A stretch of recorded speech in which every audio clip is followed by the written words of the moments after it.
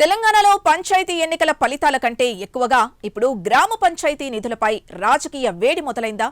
గ్రామ పంచాయతీలకి 3,000 కోట్ల నిధులు ఇస్తానంటూ సీఎం రేవంత్ రెడ్డి చేసిన వ్యాఖ్యలు రాజకీయంగా అగ్గిరాజేశాయా? సీఎం వ్యాఖ్యలపై బీజేపీ నేతలకు ఎందుకు కోపం వచ్చింది? అందుకే బీజేపీ కౌంటర్ రాజకీయానికి తెరలేపిందా? ఇంతకీ పంచాయతీ నిధుల క్రెడిట్ ఎవరిది? కాంగ్రెస్ బీజేపీ మధ్య సాగుతున్న ఈ మాటల యుద్ధం గ్రామీణాభివృద్ధిపై ప్రభావం చూపుతుందా?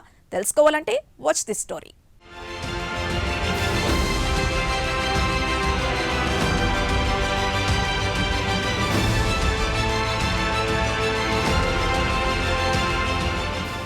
తెలంగాణ రాష్ట్రంలో పంచాయతీ ఎన్నికలు ముగిసిన వెంటనే గ్రామాలకు రావాల్సిన నిధులపై రాజకీయ చర్చకు తెరలేపాయి కాంగ్రెస్ బీజేపీ పార్టీలు.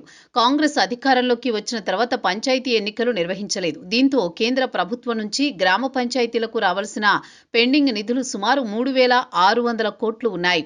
వాటిని ఎట్టి పరిస్థితుల్లో అయినా తీసుకువస్తామని సీఎం రేవంత్ ప్రకటించడంతో ఒక్కసారిగా రాజకీయ వివాదానికి దారితీసింది.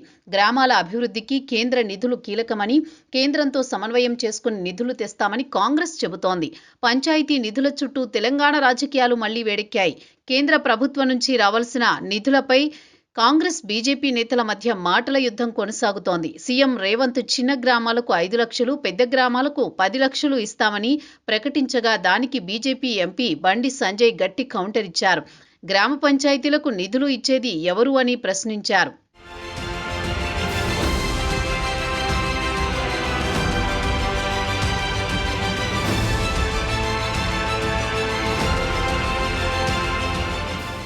అయితే సీఎం రేవంత్ ప్రకటనపై బీజేపీ తీవ్రంగా స్పందించింది. కేంద్రంపై విమర్శలు చేస్తూనే నిధులు ఎలా తెస్తారో చెప్పాలని ప్రశ్నిస్తోంది.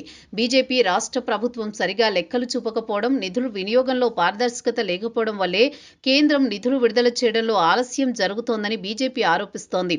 కాంగ్రెస్ మాటలు కేవలం రాజకీయ డ్రామా మాత్రమే అని విమర్శిస్తోంది. గ్రామ పంచాయతీల్లో 2 అకౌంట్లుంటాయని, ఒకటి సాధారణ పంచాయతీ అకౌంట్, మరొకటి ఉపాధి హామీ పథకం కింద అకౌంట్ అని తెలిపారు.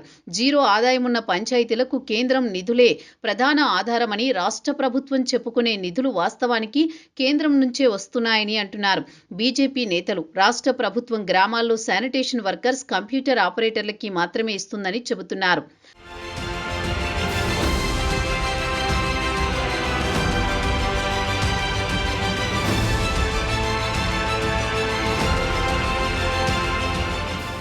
ఇటు కాంగ్రెస్ మాత్రం బీజేపీ ఆరోపణలను ఖండిస్తోంది.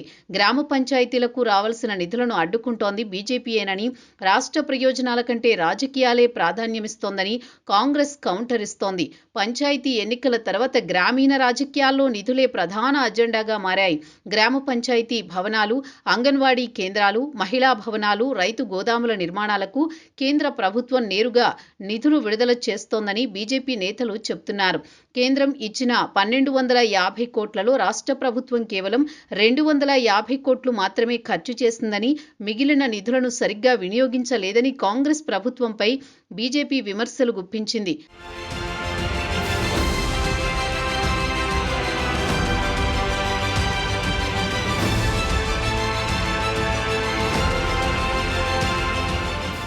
మొత్తానికి పంచాయతీ ఎన్నికలు ముగిసినా గ్రామ పంచాయతీ నిధులపై రాజకీయ యుద్ధం మాత్రం కొనసాగుతూనే ఉంది. కేంద్రం నుంచి నిధులు తెచ్చే విషయంలో ఎవరి మాట నిజమవుతుందో, గ్రామాలకు అభివృద్ధి ఎప్పుడు అవుతుందో రానున్న రోజుల్లో తేలాల్సి ఉంది.